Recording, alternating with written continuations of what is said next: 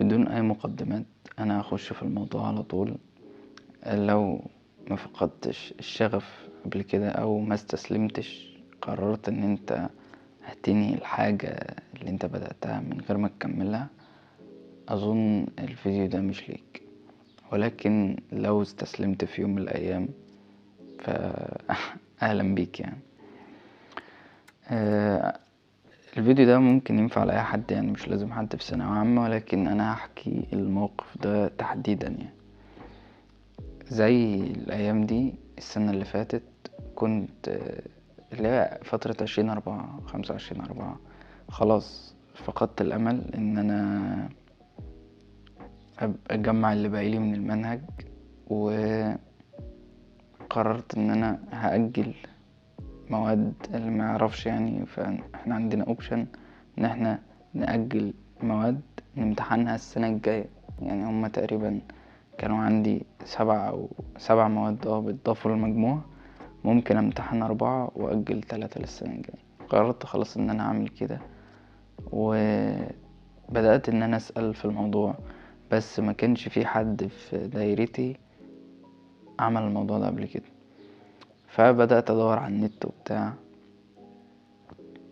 لقيت اراء كتيرة بتقولك الموضوع ده حلو، واراء كتيرة تقولك الموضوع ده وحش. طبعا كلام الناس بجد لا بيأكل ولا بيشرب ولا بيعمل اي حاجة.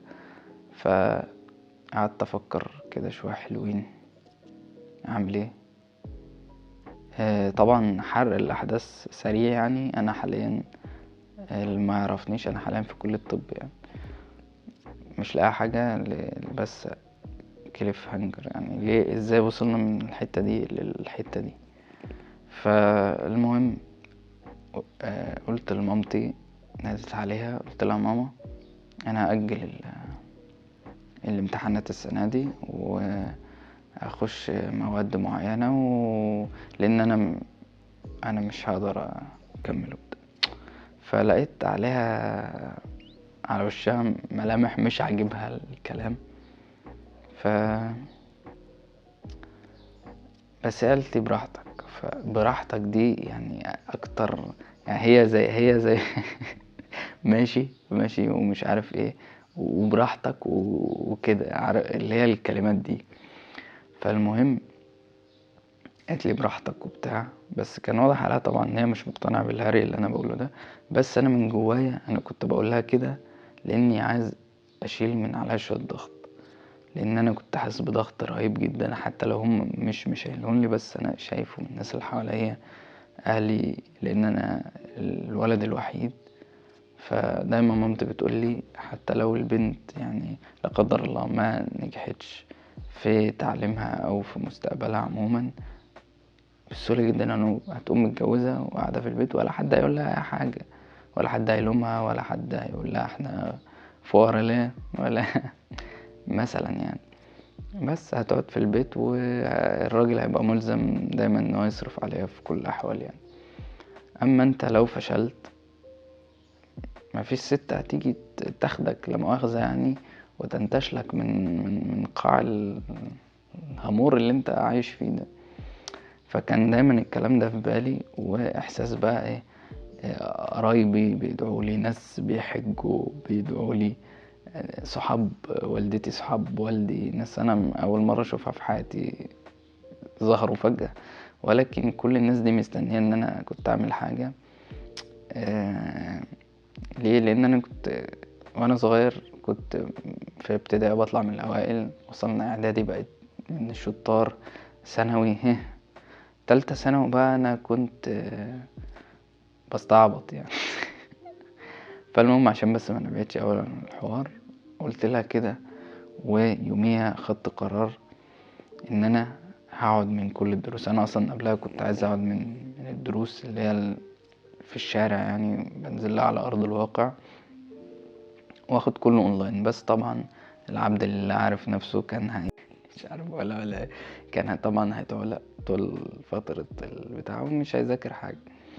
فالمهم بس خلاص انا خدت القرار ده، هو ده الاوبشن اللي قدامي، لان انا بنزل الدروس اللي على ارض الواقع، الناس بتراجع، وانا في حاجات في المنهج لسه ما خدتهاش اصلا، ما ذاكرتهاش ولا اعرف عنها اي حاجه. فهم هنا وانا اصلا هنا.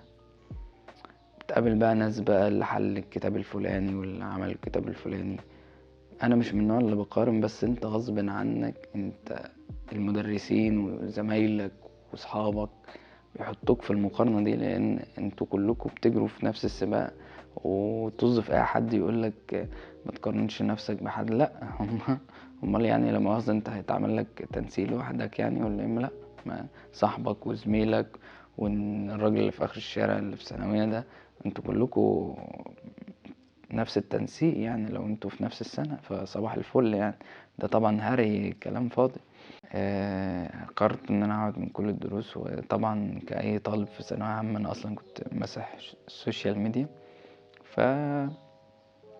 فقررت ان انا هعمل ايه، حتى لو هفشل فافشل باحسن طريقة ممكنة يعني. اكتشفت بعد كده ان ده كوت لواحد اجنبي مش فاكر اسمه، بحط اسمه هنا ولا هنا. كان بيقولك ايه: if we can do it nice, if we can't do it يعني خلينا نخسر بأجمل طريقة ممكنة يعني. بس فزي ما أنا كنت بقول يعني عايز أطلع بأقل الخسائر. فقعدت من الدروس، وكنت متخيل بقى إن أنا لما أقعد من الدروس هوفر الوقت ده، وإيه عدد ساعات مذاكرتي هيبقى أقل. فما تفتكرش إن أنا هقولك إيه بقى والدنيا بقت جميلة ومش عارف إيه لا طبعا. انا كنت مفكر كده، بس يعني عبط يعني انت عشان بس اختصر الموضوع، الناس وقتها ضيق محدش مهتم.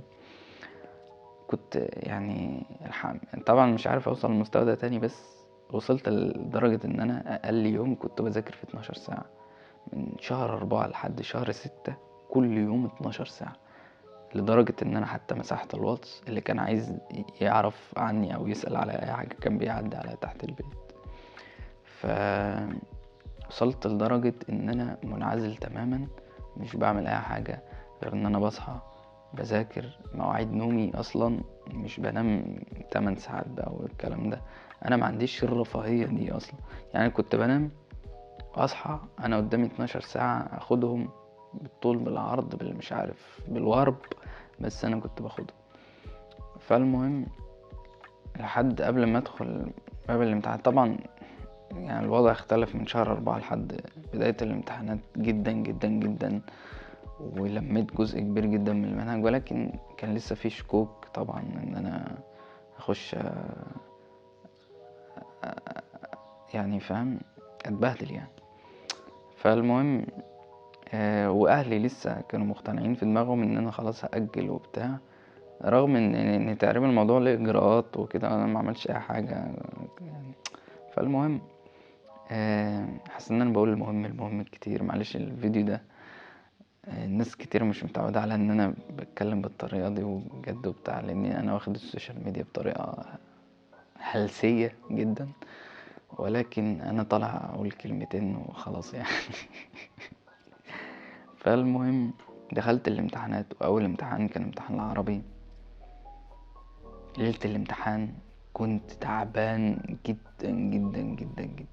ليلة الامتحان بتاعت العربي دي عرفت معنى كلمة التوفيق. يعني عمري ما كنت اعرف معنى الكلمة دي، لاني عمري ما توفقتش قبل كده في حاجة يعني. الحمد لله ربنا كان كرمني لدرجة ان انا ما عرفتش يعني ايه اصلا كلمة توفيق دي غير يوميها.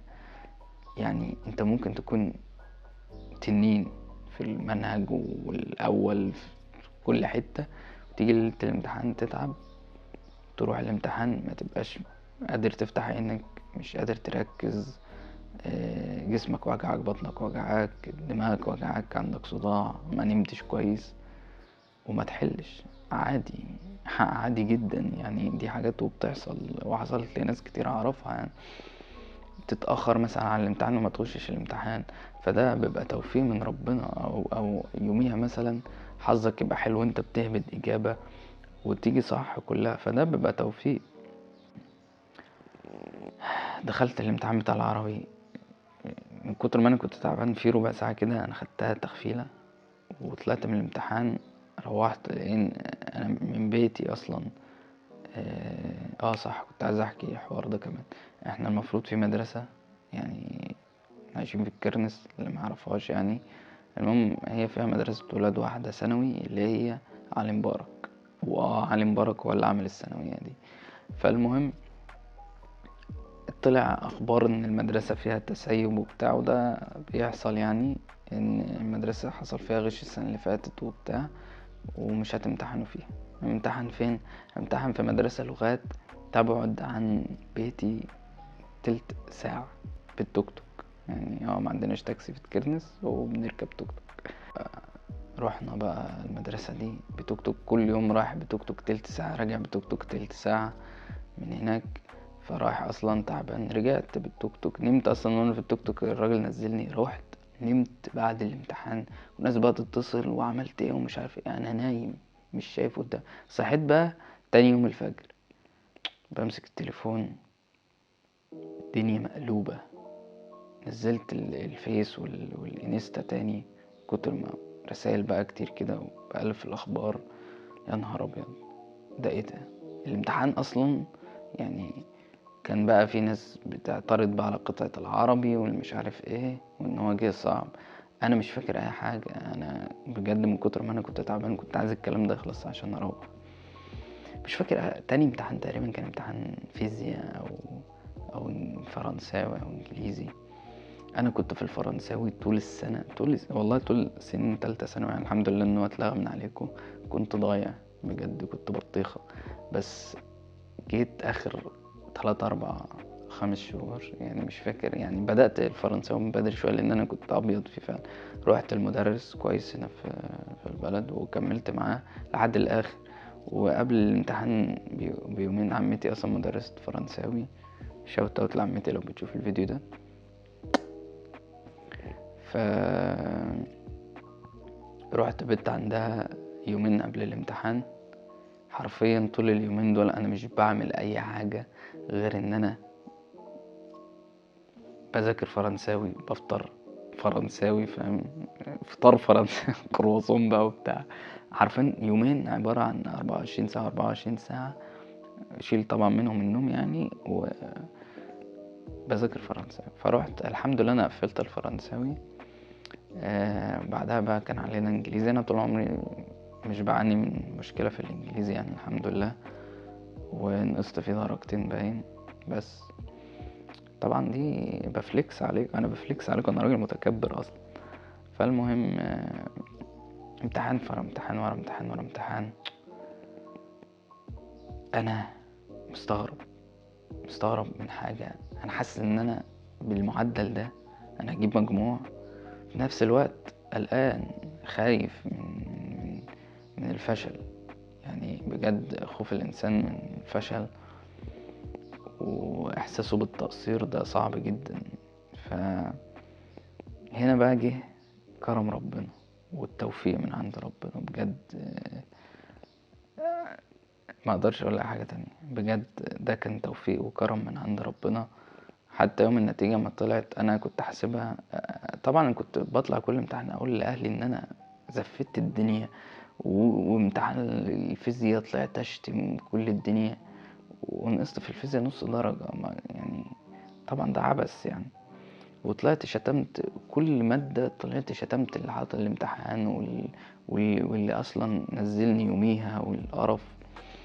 وكنت معيشهم كهربا يعني. طبعا أنا أصلا مش نوعيته كده، بس أنا مكنتش عايز أعشمهم بحاجة عشان يوم النتيجة ما يتكسروش. بس جيت حسبت إن أنا أجيب 92. قلت حتى إيه ألحق أي كلية طبية، علاج طبيعي ولا أسنان ولا بيطري ولا الحاجات دي، حتى لو دول ما كانوش كليات احلامي يعني. فالمهم جه يوم النتيجة، مش عارف احكي الموقف ده كله ولا لا، ولكن يعني كنت يومها جاي من الشغل وايه داخل انام. فالمهم انا ملاحظ اصلا يعني في اشاعات بقالها اسبوع ان النتيجة بتطلع كل يوم وما بتطلعش. ف... فالمهم ملاحظ كل واحد قاعد في ركن كده وقاعد بيتكتك، قاعدين بيطلعوا النتيجة يعني. فالمهم انا كبرت دماغي، قلت حتى لو طلعت انا اخش انام عشان عندي شغل بكرة وبتاع. فالمهم دخلت نمت، صاحبة الشغل ذات نفسها هي اللي صحتني يوميها وقالت لي يا يوسف انت نتيجتك بتطلع وفي ناس جابوها.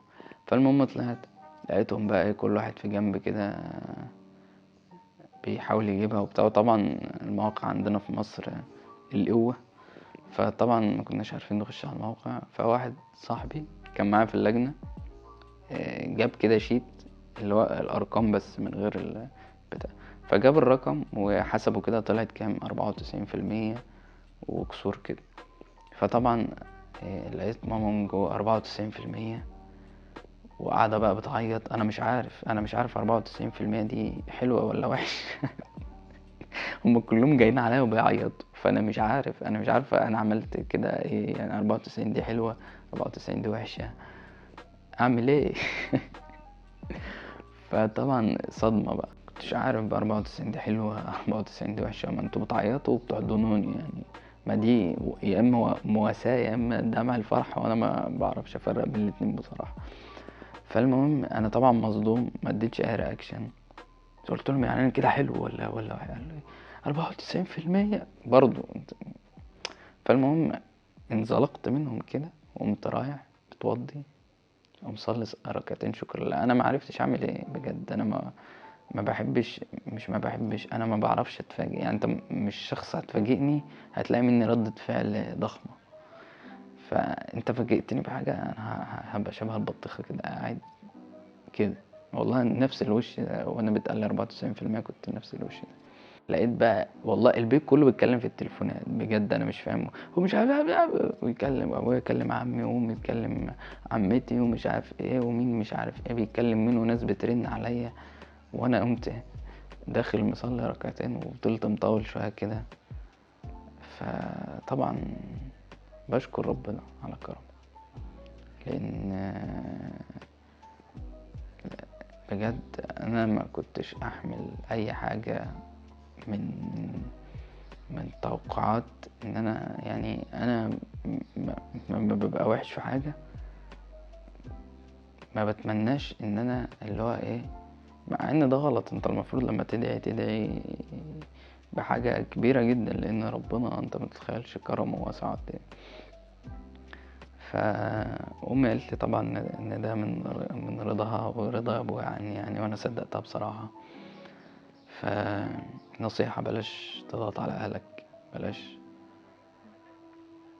تفقد الامل. انت حرفيا بهذه البساطة اللي انا كنت بفكر بيها ساعتها، احنا كلنا هنموت، تمام؟ ده واقع امر او لا. اذا كنت واحد هتموت، اذا كنت واحدة هتموت، اذا كنت ملك هتموت، اذا كنت جربوع هتموت برضو. اسعى ان انت حتى لو هتفشل افشل باجمل طريقة ممكنة. ليه لا؟ وانجح يا عم، هتنجح. النجاح على فكرة طعمه احسن بكتير من الفشل. واقول لك على حاجة، ناس كتيرة جدا ما جابتش مجموع، انا قلت الحمد لله ان ربنا كرمني وجبت مجموع. لان بجد ألم ان انت تتكسر كده في النتيجة او اهلك يكونوا مكسورين، انا مكنتش استعمل حاجة زي دي.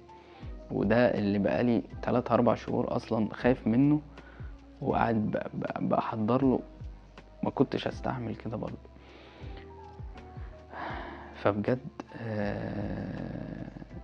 اي واحد بيذاكر من اول السنة انت بجد انسان كويس، وكمل واستمر. لاني دايما بقول الثانوية عامة ما هي الا حرب نفسية، اللي يكمل فيها اللي قادر نفسيا متمالك نفسيا، مش الاشطر، مش الاذكى، مش اللي بيذاكر كتير، اللي يعرف يتمالك نفسه. لان والله العظيم بجد يعني لما كنت بسمع الكلام ده في الفيديوهات ما كنتش بصدقه، بس بجد ناس والله العظيم يعني لو اتحطنا انا وهم في ميزان كمذاكرة وكده، انا عمري ولو 10 سنين هعرف اوزن قصادهم وما جابوش مجموع. ولكن ده مش معناه ان الدنيا مش عادلة يعني. في ناس اعرفها ما شاء الله اهلها ميسرين ان هم يدخلوهم كليات خاصة، وده حصل فعلا ودخلوا كليات خاصة وبقوا دكاترة برضو وبقوا مهندسين والدنيا تمام. فهي يا صاحبي مش كده او كده، هي الدنيا عمرها ما كانت كده او كده، لا هي معادلة، تمام، في كده وفي كده هتاخد كده. انت ذاكرت وشاطر وان شاء الله ربنا كرمك هتجيب مجموع، ما ذاكرتش ومش شاطر ومش عارف ايه، ممكن تجيب مجموع ممكن ما تجيبش، ده الطبيعي يعني. بس ما تبقاش بجح يعني، ما تستناش ان انت تجيب مجموع وانت ما شاء الله ما عملتش اي حاجه. هي كده هي كده يعني. انا عمري ما لو ما كنتش جبت مجموع ما كنتش اخش كليه خاصه، لان كل واحد له مقدرته يعني. وبعدين انا يعني انا كنت اصلا ترتيب الكليات المفضله اللي انا كنت عايز اخشها ترتيب غريب جدا يعني. كليه طب، حاسبات. لو فشلت في الاتنين اللي فوق كنت هنزل بقى تحت خالص. ما كنت عايز اخش معهد سينما واخراج او مش عارف اسمه ايه بالظبط يعني. شغف من الشغوف اللي عندي بس. ف اجمده. انا المفروض اصلا يعني ده الفيديو ليا قبل اي حاجه، لان انا مستسلم حاليا. كان المفروض ابدا كونتنت من شهر 2، حاليا شهر 4 بيخلص وانا ما عملتش اي حاجه. والفيديو ده انا ما كنتش مخطط له تماما، انا بس مش جاي لي نوم فقلت اما اعمل فيديو بس. اخر حاجه بجد، لو ما عندكش حد تعمل تتحرك عشانه. انا كنت ساعتها مش مقدر ان انا لو فشلت انا الوحيد اللي يعني جمله الاباط ان نجحت فانت نجحت لنفسك وفشلت فانت فشلت لنفسك. فانا ما كنتش مقدر الحوار ده ساعتها، وكنت مفكر ان اهلي هم اللي عايزين اجيب مجموعه عشان يمشي يقولوا ده ابني جاب كذا وابني جاب كذا. مفيش حد بيمشي يعمل كده اصلا بجد. ده تخلف بجد، ده تخلف في دماغنا. محدش بيمشي يعمل كده. في ناس بتعمل كده ماشي، بس مش ده الطبيعي يعني. او حتى لو بيعملوا كده فمش هيفضلوا طول العمر يعني. فانت اللي هتبقى دكتور، وانت اللي هتبقى مهندس، وانت اللي هتبقى ايا كان انت الرائد في المجال بتاعك. ان نجحت فانت حرفيا بتنجح لنفسك، وانت مش قليل عشان ما تنجحش. انجح انجح يا عم، ما تنجحش ليه؟ وان وقعت تحاول. وبجد بجد كلام كليشيه جدا، ولكنه الحياة بهذه البساطة مع تعقيد يعني.